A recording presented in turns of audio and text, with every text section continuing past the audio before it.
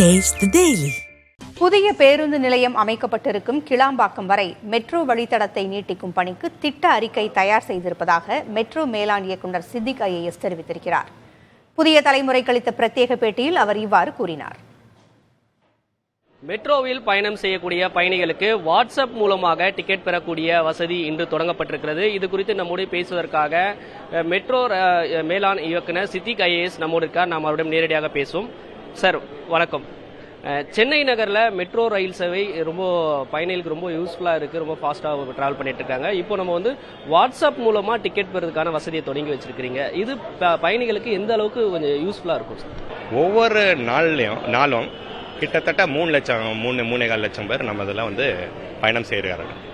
அதில் கிட்டத்தட்ட 80,000 பேர் கவுண்டரில் பணம் கொடுத்து டிக்கெட் வாங்கிட்டு போகிறவங்க. அவங்க யூஸ்வலாக இல்லை அந்த வாட்ஸ்அப்லேயோ மற்றதில் இந்த ஆன்லைன் வாங்குறதுல அவங்களுக்கு அந்த கம்ஃபர்ட் இல்லை, அவங்க வாங்கிட்டு வர்றாங்க.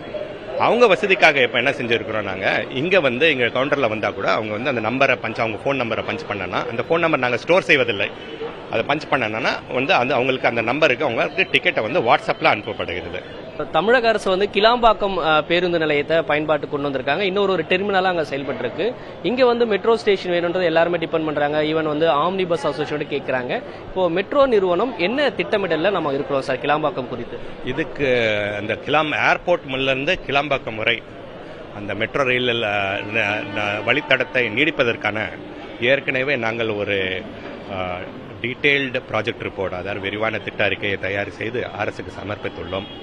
நாங்கள் விரைவில் அதற்கான உத்தரவை எதிர்ப்பு நோக்கி வருகிறோம். செகண்ட் பேஸ் ப்ராஜெக்ட் இப்போ பூந்தமல்லியிலேருந்து நமக்கு ஸ்டார்ட் ஆகுது. அண்ட் ஆவடி அண்ட் பூந்தமல்லியிலேருந்து ஸ்ரீபெரும்புத்தூர் பரந்தூர் வரைக்கும் இணைக்கிற ஒரு ப்ராஜெக்ட் நம்ம ப்ரொபோசல் ரெடி ஆகிட்டு இருக்கிறோம். அதனுடைய ஸ்டேட்டஸ் இப்போ எப்படி இருக்குது? அது பிரிலிமினரி ஸ்டேஜில் தான் இருக்குது. என்னன்னா நாங்கள் அதுக்கு ஃபீசிபிலிட்டி ரிப்போர்ட், அதாவது சாத்தியக்கூறு அறிக்கை என்று இப்போதான் நாங்கள் தயார் செய்து அரசுக்கு அனுப்பிச்சிருக்கிறோம்.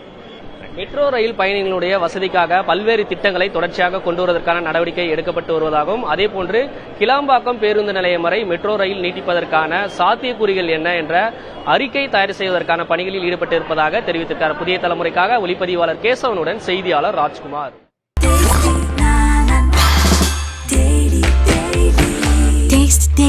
Taste the Daily.